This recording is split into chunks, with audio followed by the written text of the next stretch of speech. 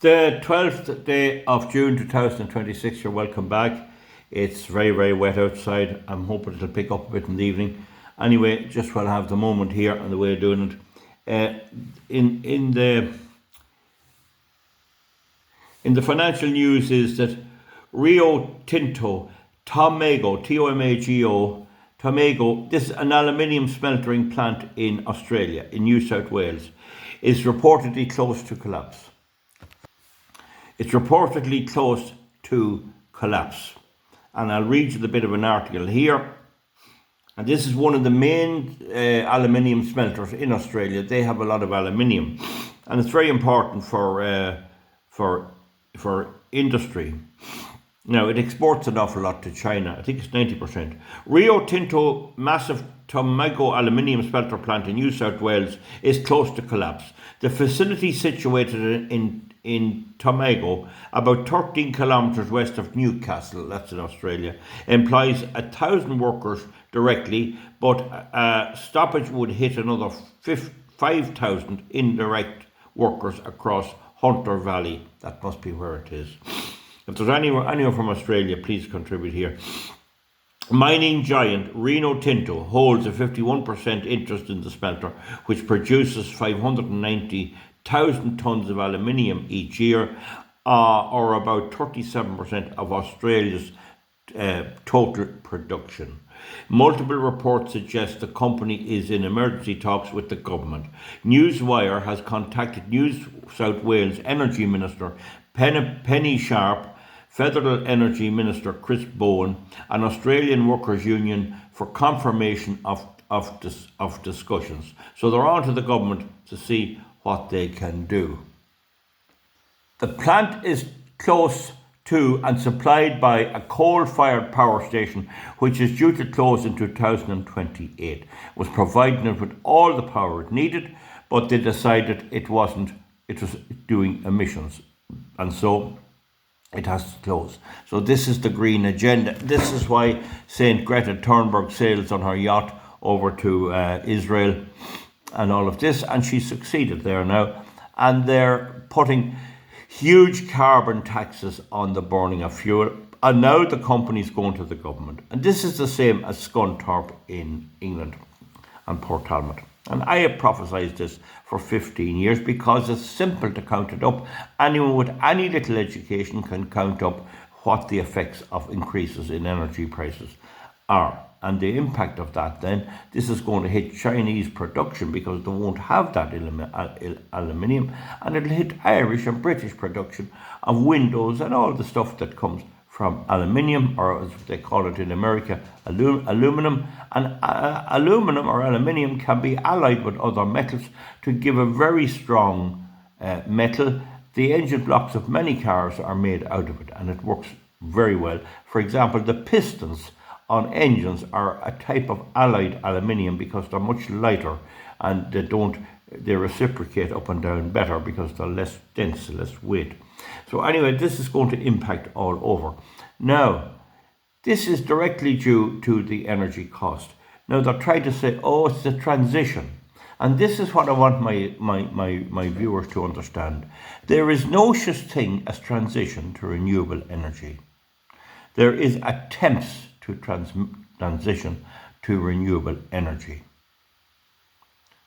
Two totally different things. Nobody has ever transitioned to renewable energy ever anywhere in the history of the world, and nobody ever will. What you have is an attempt to do it, and in order to push it through, they bypass the law on the strategic assessments. So there's the example. Same in Port Talbot, same in Scunthorpe. And yet the media are keeping the people ignorant, and the only one really describes it properly. So I have went to great effort to explain why wind and solar energy is a scam and a Ponzi scheme. And many people, I think, understand it. But we need to get the message out there, and I've explained it. You have to have 36% of the grid fossil fuel or nuclear fuel. There has to be at least 36% of the grid fossil fuel. Firm, heat, nuclear, big steam generators. Diesel engines will do it to a certain amount, but not as much as the big steam turbine. And hydro will do it, but there's very few places have much hydro. It's a non-event, really, except in Norway.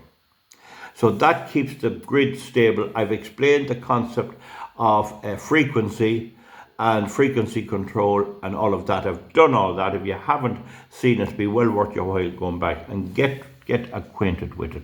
In the recent blackout in Spain, they're still trying to blame somebody, but it was renewable energy, because renewable energy became too much of a percentage of the grid and the grid collapsed.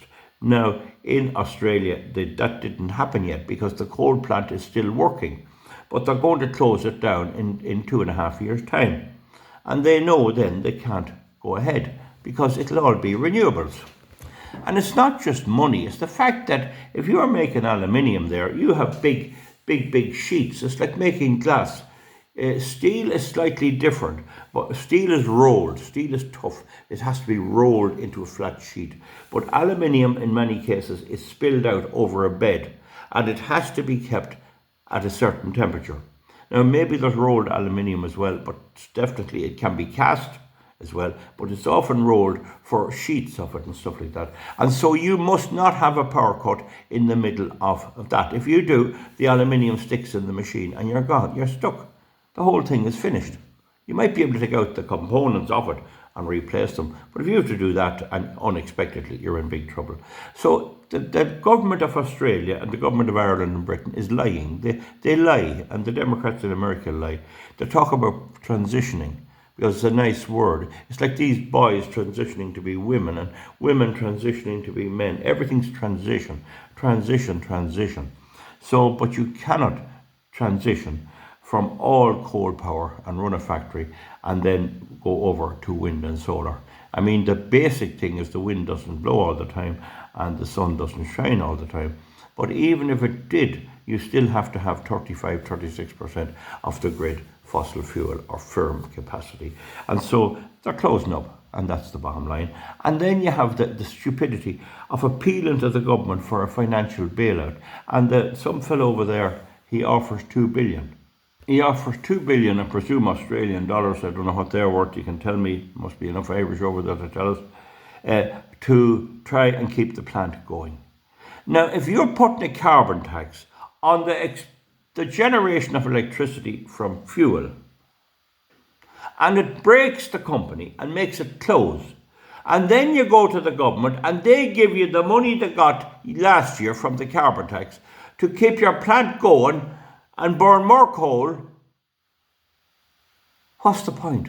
Oh, what's the point in putting a carbon tax on the fuel over there and giving it back the following year when it breaks the company? Does any of you get that particular point? How stupid this can be. Now, I want to read another article about constraint payments. So we'll see what happens, how they're going to keep that plant going, but they won't admit that you can't run your economy on wind and solar. That's proven all over the place. Now, here's an article in Sky News. I'm just reading it online here. Britain's paying hundreds of millions to turn off wind turbines as network can't handle the power they make on windy days. So why can't they all use it? Why can't they go 100% wind? Do you see my words coming true? And the lies, L-I-E-S is the way you spell it, by RTE, they tell lies that it walk. The cables that transfer power from the north to the south can't safely deal with the amount of power the wind turbines generate on some days. That is a little bit true, but it's generally a lie, published here by Sky News. That's not the real problem. The National Grid paid 215 million to shut them off last year. 215 million in the UK to shut off turbines last year. And there's a report back in 2014 in Ireland that the grid paid 10 million to shut off wind turbines in 2014. That was got by a Freedom of Information Act application by the Irish Independent. It's there online. A cost that eventually ends up on people's bills. Lob everything on the bills. And that's the only way you'll get the Irish people to vote for Fianna Fáil and Fine Gael.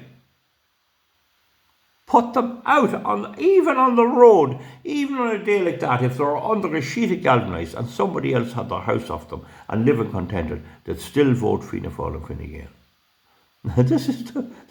This is the big thing. UK consumers are paying hundreds of millions of pounds to turn off wind turbines because the grid cannot deal with how much electricity they make on windy days. Now that's a lie, because you can have 36% fossil fuel, but you have to have 64% wind. You can have 64%. But even if you have all the cables in and you try to exceed 66%, you have no frequency. You can't keep the frequency at 50 hertz. They never told people that because they're lying. So it doesn't matter how much you have. In the case of that plant in New South Wales, the power station's only down the road. Why don't they put windmills around there? You'd have no cabling issue.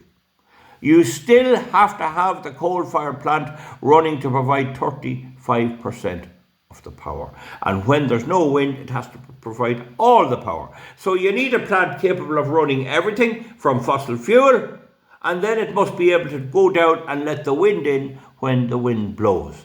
And then how does it make money when it's told just when you need the power, no, we're not taking it? And yet the wind turbines, not only can they not supply or deal with excess power, but they get paid to turn them off. Isn't that some rip-off, folks? So anyway, the energy regulator Ofgem has told Sky News that it is because the grid is not yet fit for purpose. Always spend more. Oh, we have a problem. Get spending. Get more. More concrete, more steel, more weapons to Ukraine, more money to Ukraine, more pylons, more cables. When the real thing they can't admit is you must still have 35% of the grid from firm fossil fuel sources. So I'll read that again. The energy regulator Ofgem has told Sky News it is because the grid is not yet fit for purpose as the country transitions to a clean power system by 2035. And that is a lie. That's a direct lie, a falsehood being told. They never complied with the SCA directive that would immediately find out that. Nearly all engineers understand that. The National Grid Electricity System Operator, which is responsible for keeping the lights on, has forecast that these constraint costs, as they are known, may rise to as much as £2.5 billion sterling per year in the middle of this decade. Well, that's really now, before the necessary upgrades are made. So, pay up now, build the grid out of the bill payers' money, and then when it doesn't work, nobody says anything. When the whole lot's built and all is rolled out, we have 4,000 megawatts of wind energy in the south, in the Republic of Ireland, doing absolutely nothing. Importing coal, oil and gas and wood from America. And no remarks passed. So this is the trick. They promise you all this, and then when it happens, the media covers it up. And it falls to the like of me to inform people about it. The problem has arisen as more and more wind capacity is built in Scotland and in the North Sea, but much of the demand for electricity continues to come from the densely populated south of the country. Well, why don't they build them in Kent, in Surrey? Because they have too much clout. They wouldn't vote for the politicians if they put them up. Okay? Right. The problem has arisen as more and more wind capacity is built in Scotland and the North Sea. So much of the demand is in the south. In order to match supply and demand, the national grid has to move electricity from where it is being made to where it is needed. Aren't they absolutely geniuses? I mean, these people would put Einstein to shame, right? You have Scotland up here, and you have the windmills and the power, and you have the people down here, and you have to get it from here to here. I'd never have thought of that. I'll bet you not one of you people, and some of my subscribers are clever people, and they never thought of that. They never thought of that. I wonder, could you put it into bags, shopping bags from Scotland, and bring it down? Would that work? They're geniuses. But at the moment, there isn't enough cables between Scotland and England to do that. Even if you had all the cables up, you still have to have 35% of your grid produced. And if you're going to produce that 35%, why not produce it in Kent from coal instead of bringing the cables from Scotland? Produce it where you need it. It makes no difference where it's produced.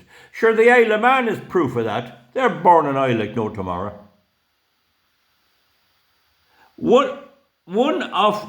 There is one major undersea cable off the coast of the UK and two main junctions between Scotland English transmission network on land. There never was needed. Plenty of cabling, plenty, all that needed, running the economy for years, no problem. So why don't they put the windmills and the solar farms in London? There's no fun in that. And this is the next bit of genius. And because we can't store excess renewable energy, could you not put it in a bottle? Renewable energy. There was talk for years about this new storage. It was all the headlines. Storage, energy storage is the answer. And now to say, and because we can't store it, who's checking who wrote that 2 years ago? Renewable energy at the necessary scale yet.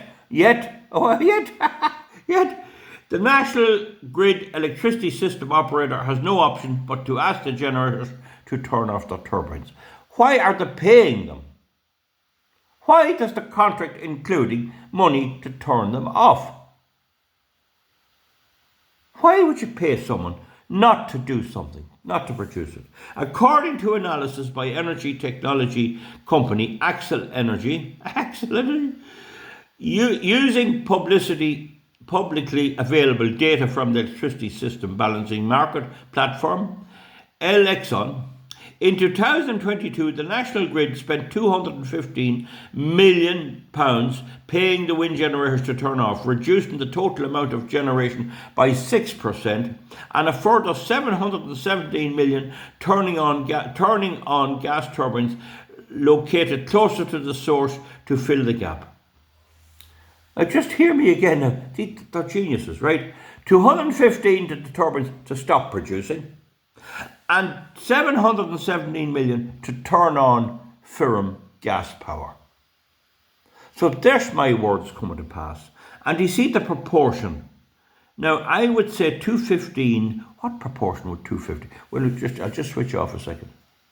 It's 29%. Not too far away from my figure of 36 absolutely needed. Don't forget there's an existing fuel plant there already. Now, so 215 to turn them off, the turbines, 717 to turn on gas. Located closer to the source. So you see, folks, closer. You see they're closer to the source. So why not shut down all the coal, oil and gas and put it all in Scotland? Talk about stupidity. These costs are eventually passed on to consumers as part of the network of cost. The word I'm getting for people I meet in flats and everything about the cost of electricity is something else. I pay it as a part of my general bills. I pay it through the bank, and I don't know them, but I'll have to check it. Constrained costs are not just restricted to clean, cheap wind power. In order to balance the system, the national grid pays fossil fuel generators to ramp production up and down when necessary. But then they're the only one. When they were just doing it all on their own, you could control what was up and what was down. You could book in advance. But when the wind is on the job, you can't know whether the wind blow tomorrow or not. Nobody in Ireland knew yesterday that today was going to be so wet. You can't predict the wind and you can't predict the sun. That's in the act of the man above. In order to balance the system, right, so that's it, they pay them too. That's a totally different thing. When they ring a fossil fuel plant, we want power, they can supply it. When they ring a wind farm, they can't.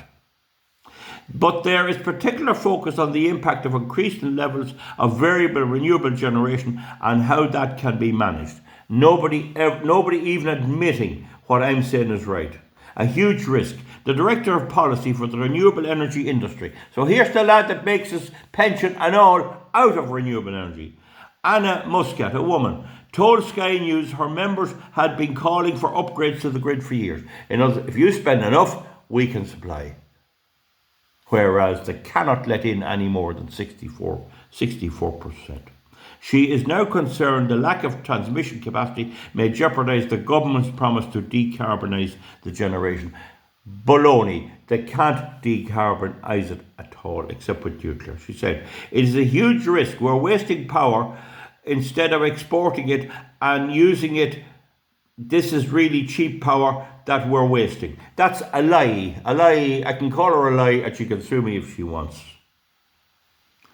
Exporting. What's she on about exporting? Oh, now we're exporting. Oh, we'll export to Germany. Oh, gee. Oh, this is what was going on at the time of them when this was going on 10 years ago. Oh, we can be a hub. We can be a hub in Ireland. Best windscreens in the world. A lie as well. So we're wasting power instead of exporting it. So why do we need to be generating power to export it? Wouldn't you think that the British consumer would be the ones which would be getting it? Well, what are we worried about Belgium for? And this is what they get away with. Or using it, you can't use it. And this is really cheap power that we're wasting. It's cheap. It's cheap. It gets the price of the highest fossil fuel then feeding into the grid in the market. It's cheap. So if coal is £50 a megawatt hour, oil is 100 and gas is 50,000, wind gets 50,000. So that's a lie in Ireland, and I'm nearly sure that's the same set up in the UK. They have to take the power, the grid has to take the power and pay them the highest fuel there is. Now, I'd like her to come along and contact me and debate this because this is a serious matter. That's certainly the position in Ireland, and I think they copied the British system. So her name is Anna Musket. So cheap. Wind energy is cheap. Huh? It gets the highest fossil fuel price there is. They tell lies that it walk. If you think about a developer that wants to build wind farms in the UK, they know that it's not easy to connect to the transmission system. They know there is not enough capacity. There is enough capacity, but you only can let in 66%. And if your economy is not using it and you can't export it, you can't use it. So the only way you can use all the windmills is if the demand goes way up with data. That's what they do in Ireland, data centres, and then you import more coal, oil and gas. Ireland is burning more coal, oil and gas now, and it's burning 56 lorry loads of diesel fuel for emergency lighting. So it's really a huge non-financial barrier that we're seeing, and it's a big deterrent. No, you can go on as long as you can. You can screw the British public. You can have Keir Starmer talking baloney. And you can't break the laws of nature. The Energy Department at Oxfam recognises the problem, but they won't assess the problem. They recently set out a joint plan to overhaul underwater and onshore transmission networks to connect up to 50 gigawatts of offshore wind to the grid in 2030. So more of the same. So we'll have to pay far more. They'll have to pay 3 to 4 times more for this other stuff as well. Shut them off as well. So here we're building offshore wind 50 gigawatts and it has to be turned off. Between Scotland and that have already been approved. But in a statement to Sky News, an Oxfam spokesperson admitted the grid is not yet fit for purpose and it, in other words, link every field, put cables in every field, millions of tons of copper, steel, concrete to follow this ridiculous obsession.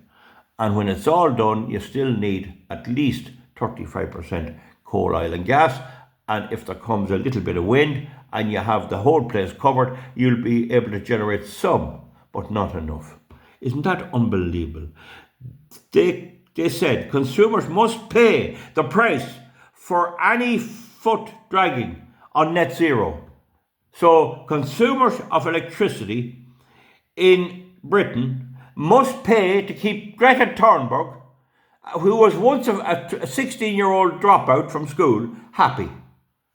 That's what it is. You must pay to keep Saint Greta of Gaza happy.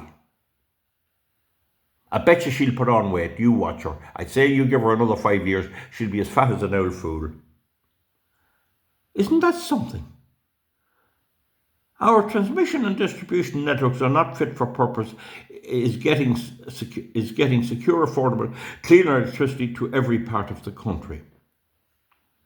They said consumers must pay the price of foot dragging on net zero. She won't pay it. She'll not pay it. That's why we're investing in and overhauling in electrical networks, so we can reach net zero power at a lower cost to consumers. That is a total and utter lie. So in other words, double the amount of capacity, double the amount of generation. Nobody wants it from abroad. So who's going to pay to keep it going? You're going to have to pay them to produce nothing. We're speeding up planning reforms. Yeah, we're doubling investment. Whose investment? The public's investment by 2028 in expanding local grids to handle millions of new electric vehicles. I don't see much progress on them.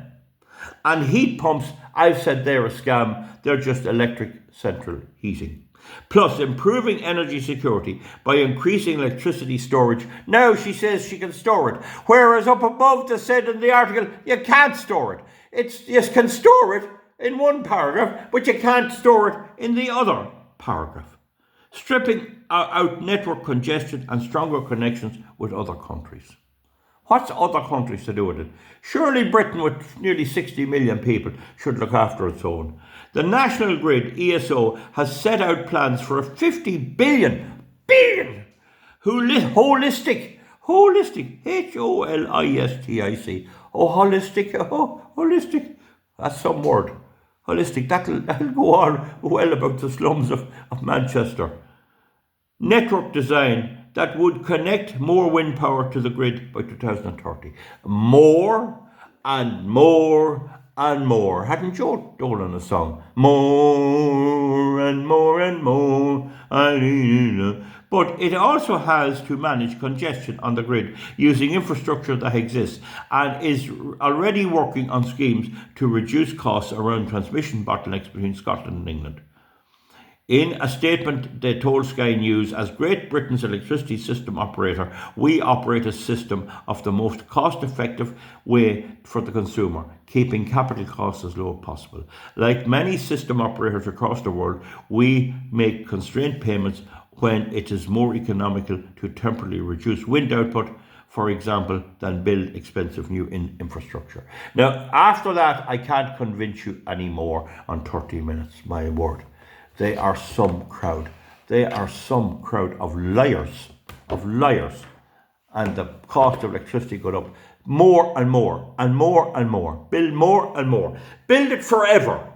This obsession with more and more electricity. And it's all because they can't see it. You can't put it in a bag. They don't say the same about timber or things that you can see and feel, or glass. But electricity is invisible. It's magic to them. It must be magic. You can do anything with it.